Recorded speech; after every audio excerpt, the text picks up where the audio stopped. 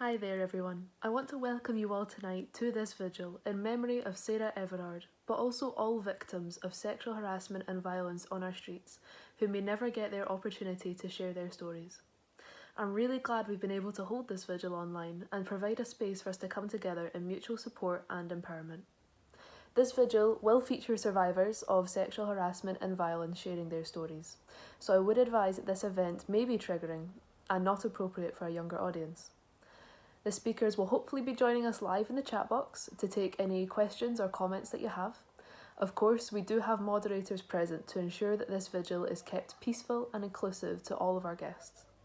If you have any concerns following this event, please contact myself via the Facebook page, or more specifically for support relating to sexual violence, Rape Crisis Scotland can be called for free any day between 6 p.m. and midnight on 080 88 01 03 02.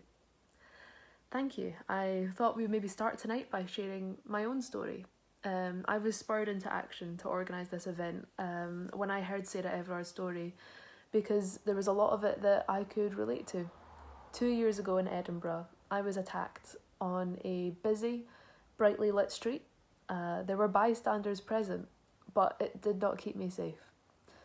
When I reported this to the police, I was asked what could have motivated this person to have attacked you. The police officer then sort of pointed to the clothes that I was wearing. My 18-year-old teenage body, I was wearing a mini skirt with some fishnet tights, and he said, "Is it because of what you're wearing?" Never had I considered that would make me responsible for such a horrific event. That sat with me, to be honest. It wasn't until 2 years later, when I was attacked again, that I realised I did not feel comfortable or have faith in the police, and therefore did not feel comfortable reporting it. 97% of young women have been made to feel unsafe on our streets. It's not right. It's not the victim's responsibility, and it ends now. Thank you for listening to my story, and I'd like to hand over to our fantastic speakers tonight.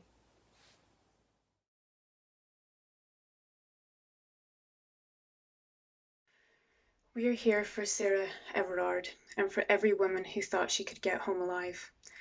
For every woman that fears she may not get home alive, we are here all across the nation to make sure that we can, to demand the streets, the bars, the gyms, our homes to be safe from harm. We demand this. Hundreds of us have voiced our experiences, many repeated and ignored, experiences of abuse and harm at the hands of men. This has been happening to us forever, and it has to stop. By the time I was aged 15, I had been sexually assaulted 3 times by older men, and countless times by boys who were my peers. At the age of 16, I was plied with drugs and stealthed after being coerced to lose my virginity. Tears didn't make a difference. Since then, many more incidences in public and privately where men have harmed me. 2 previous partners have been convicted with violent crimes against me. Just before the pandemic, I was subject to 2 men following me in their van on my way to work, telling me to get in so they could do me good. Many of my stories echo the same for every other woman. I know I'm not alone. You're not alone. I hear these stories every day. They occur to every woman. I have been overwhelmed with the love and support women have shown one another over the last few days since the murder of Sarah Everard became public, and women have followed, being killed. Every single one of us can identify with the possibility that we could have been Sarah, merely walking home. There's a need in our society for women to make themselves quiet, presentable, small, invisible, less, for the purpose of making men feel more comfortable, for the purpose of making an easier target. No, I want to walk home without fearing for my life. I call out the burden of responsibility to men. It's not about protecting any weakness of ours. It's about men's accountability for your own behavior and for the behavior of your fellow menfolk who you know make us feel unsafe and who sometimes actually end up killing us. A silent bystander is as guilty as a perpetrator, and we have made it clear we will not tolerate it anymore. To all the women that have shared their story, I hear you. I have read every single one. To all the women that stay silent, that are holding something inside, I hear you too, and I understand why. We have the power though. It can be loud or it can be quiet, but I know we all feel it stirring, and it's growing. We're coming together in this, and we're not going to stay quiet. We are not going to be told to stop talking about it. We are not going to be told that our experiences are insignificant or don't matter. I hear you, whether you're loud or quiet. I'm with you. I have a poem. It's called Unsaid. Silence is many things, the absence and the presence. It is never nothing. Everything that hurts, every potential dwells in the space the unsaid takes. It takes. Silence whispers and it shrieks. An end. Space for a beginning. The intangible void between silence and saying, this happened to me.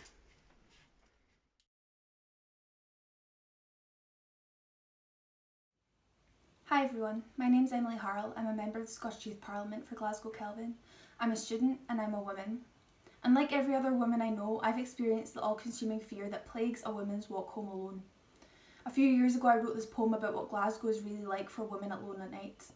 And it encapsulates fears which are sadly still all too relevant for every woman in every city. This is Walking Home. Watered down with tequila, the city laughs light. Her callous bricks blurred, Kelvin Bridge askew. Bulbs glare, I'm flattered, at me through the night, as my drunken self frowns at sloppy kisses he blew. But still, urban Eden, she breathes chatter, tipsy 2 a.m. joy. Heels snap on paved cracks, as stumbling back, I'm caught by her drab allure. Stone siren, gravel goddess, how can one express, damn girl, I'd hit that. His words strike concrete, hot spit from his mouth, iron bricks surround me, alone. I tug on my skirt, too short, they said, but clothed in grit, all skin's fair play, I'm told. Her lights bask brownstone in soft warm glow. His willfulness hunt women. Some don't make it home. I'm certain every woman here knows this feeling, clutching keys between fingers, sharing location, hiding in nearby pubs or shops, crossing roads, turning corners, because who knows, he might be following you. That might is enough to scare us, because no, not all men, but yes, enough men. Enough men that we aren't safe. Enough men that we can't stay out too late. Enough men that if our friend doesn't text to say she made it home okay, we fear for her life. And unfortunately for women like Sarah Everard, may she rest in peace, these fears do become reality. Any woman could be Sarah Everard. She was walking home. And since her murder, social media has been brimming with victim blaming, with all of the accountability on women to keep themselves safe, rather than on the men that are harassing, intimidating and harming them. Following Sarah's disappearance, local women were advised not to go out alone. This is the exact same stay at home after dark advice that women were given after the Yorkshire Ripper murders of the 1970s. It is 2021. Women are being given the exact same instructions as 50 years ago, with the emphasis being on protecting yourself rather than on preventing men from attacking and harming women in the first place. We must stop feeding this dangerous narrative that it is a woman's responsibility to keep themselves safe from violent men, because all it does is prevent victims from coming forward. It should not be a given that as a woman, walking home alone could be a death sentence. We shouldn't have to stick to a curfew or watch what we're wearing or bring a chaperone as we walk to our houses after dark. But this is our reality. Our streets aren't safe, and it's time we reclaim them. Thank you.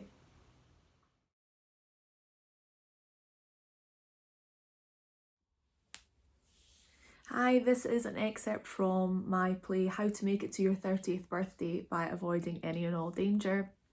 It was dedicated to victims of violent crime and their families. It's a slight comedy.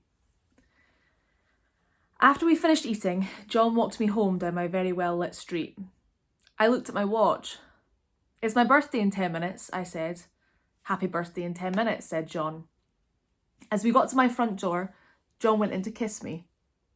I said no, and he hit me over the head with a brick. A brick? Where the fuck did he get a brick from?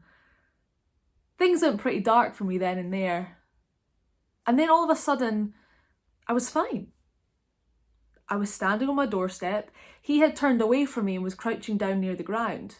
I was bloody confused because I was pretty confident that when he'd hit me, I'd gone down. Turns out I had. Turns out I had done a Patrick Swayze in Ghost, when he thinks he's fine and runs after the man who's just tried to kill him, and then turns around and is an actual ghost and is watching his girlfriend cradling his dead body. In my case, I was watching my mum's choir conductor fiddling with the buttons of my jeans while I lay dead in my front garden.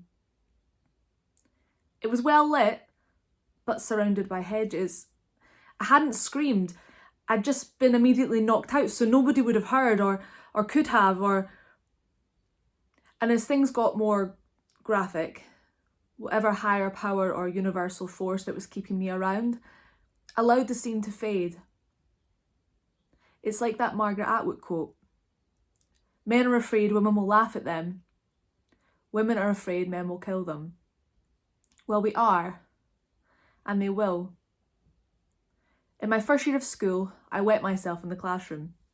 It wasn't a case of not getting to the toilet quick enough. I just didn't move because I was so embarrassed that I'd left it to the last minute. It was the last week before the summer holidays. I'd been there almost a year and I knew better. I was horrified and disgusted with myself. When I went back after the holidays, I went to the toilet every 15 minutes. I decided this was the way I would prevent myself from making the same mistake twice. It disrupted my schoolwork, others in my class, and I got quite a horrible rash. When that mental alarm clock went off in my brain every 15 minutes, I wasn't in control anymore. Although ironically, that's exactly what I thought I had. Control.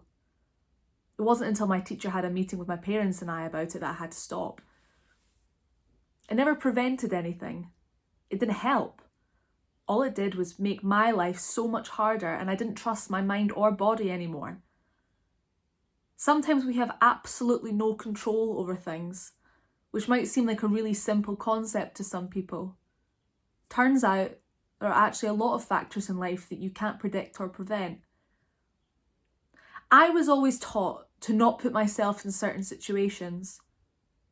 But what still confuses me is, if that's what I was taught, what was John taught? That confusion still makes me laugh, because if you can't laugh, if something is going to happen, it's going to happen. And despite everything, it bloody well happened to me. If someone else makes a choice, it's theirs to make. You can blame yourself, but don't.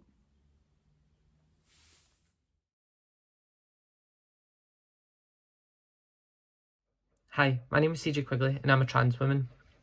Trigger 1, this contains stories of sexual assault. Being labelled as male at birth, I had a lot of privileges. I could walk down the street at night without a care in the world. I never had to experience being catcalled, and I didn't have to worry about the unbelievable list of things that women have to go through. I didn't realise that I had these privileges until they were stripped from me. The first time I was catcalled, I was only into my second year of my transition, and I was walking to work wearing my ugly work uniform when a man who was working in a shop shouted out to me that I had a nice ass and asked if he could see it a little bit closer. This terrified me and made me unbelievably uncomfortable. As soon as I went round the corner, I ran the rest of the way to work. When I told one of the staff in the building what had happened, she responded saying, "That's being a woman for you. That's what we have to deal with." I didn't and still don't understand why we have to deal with this. Why is it normal for men to treat us like this, but abnormal for women to call out men, and when we do, we're treated like we're snowflakes? This was only one of many instances where I was catcalled or verbally harassed. Since then, people have shouted at me for all sorts of different things. Some even including the fact that I'm trans, saying, "Come on, you're a tranny, you'd love it," or "Isn't this why you'd want to be a woman?" It's so ingrained in our society that I've had kids below puberty age shout at me that they'd show me a good time. People see being catcalled as a compliment, but this behaviour makes people uncomfortable and paves the way to making it okay to harass women. Last Halloween I was out with my friends and we were walking outside to get fresh air, when a man grabbed me by the shoulders and reached down and grabbed my vagina and squeezed. I was in shock and couldn't move, and spent the next hour looking over my shoulder before leaving early with my friends. And I know what some of you want to ask. I was dressed as Robin from Stranger Things, and no, not a sexy version. Not like that matters. It wouldn't matter if I was wearing a bikini, a onesie, or a sheet, this would have happened regardless. So many women are terrified to go alone to their car, to a bar, or even leave their house. And with 97% of women saying that they've been harassed at some point in their lives, do you blame them? Thank you.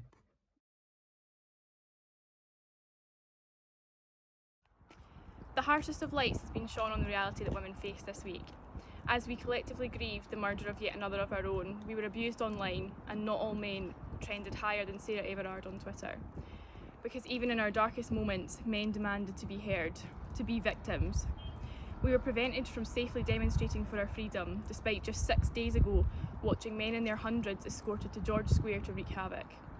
How are we to be expected to have confidence as women in the institution that stopped us, whilst violence against women continues to be under-prosecuted, whilst one of their own is allegedly responsible for our grief, whilst they take selfies with football fans but threaten women with fines? I've been lost for words this week, but this poem written by Christy MacLeod managed to summarise my thoughts perfectly, and I wanted to share it with you. It's called Women. I've spent today in a trance, feeling overwhelmed and lost. I've cried 3 times already, knowing what my safety costs. I didn't know Sarah personally, but it hits so close to home, because I do know her in some ways, in the women I call my own. I know her in myself, in the way I'm scared to walk alone at night. I know her in my friends when I tell them to share their location as soon as they're out of sight. I know her in my sister when I remind her to stay in well-lit streets.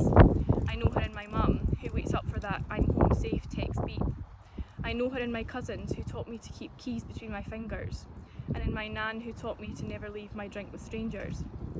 I know her in the panic felt by every woman I've ever known, and those who came before us that didn't make it home.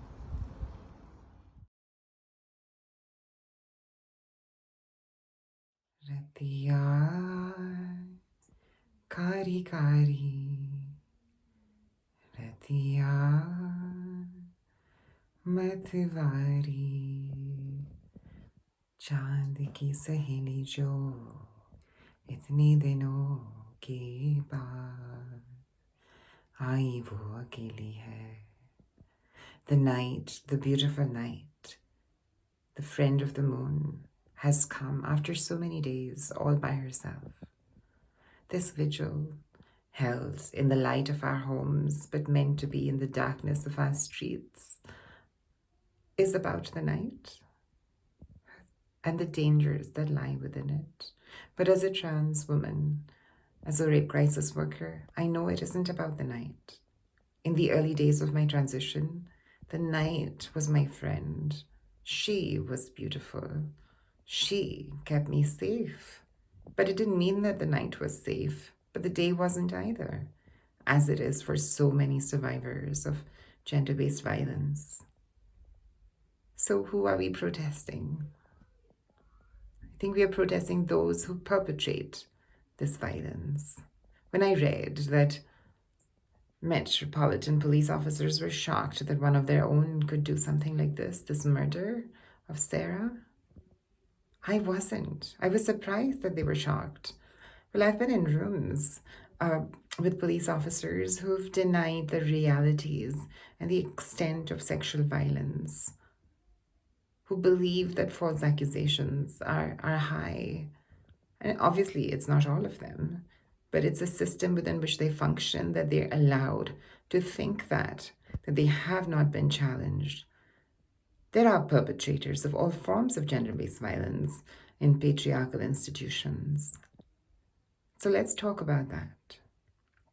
Because I could do whatever I wanted to keep the night safe. But it's not me who's making it dangerous. It's not you who's making it dangerous. It's the perpetrators.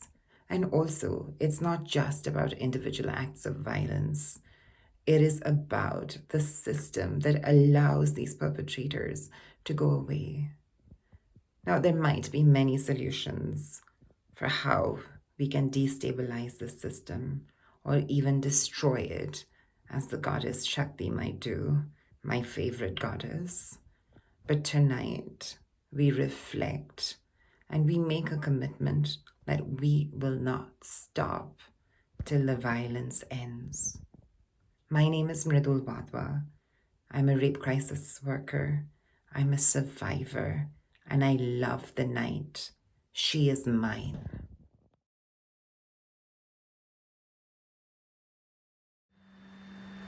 I would like to thank all of our speakers tonight for sharing their stories, poems, and calls to action. It's your bravery that allows us to understand the extent and the seriousness of sexual harassment in Scotland. The organisers of this event all came from a local Facebook community group where I'd asked for 20 or so people to come with me to Holyrood and light a candle for Sarah Everard. We never expected that this would become as large as it did, with over 1,100 people engaging with our online events tonight. The support we have received from the community has been amazing. From the volunteers, the donated items, the folks spreading the word online, we are so grateful for you. You are what helped make this vigil tonight a success, but the conversation does not end tonight after this vigil. Through these online discussions, more people than ever before have begun reflecting upon the external behaviour of their friends, family members, representatives and people in power, and the society which enables these people to become abusers, but also to reflect inwardly on how we can make women and victims of sexual violence feel safe, at how we can prevent more victims. Reclaim these streets will continue for as long as it takes until we see our abusers held accountable, until long after Sarah Everard's case is brought to its rightful conclusion. So I leave you for tonight with these parting words. You're not a victim for sharing your story. You are a survivor, setting the world on fire with your truth. And you never know who needs your light, your warmth, and your raging courage.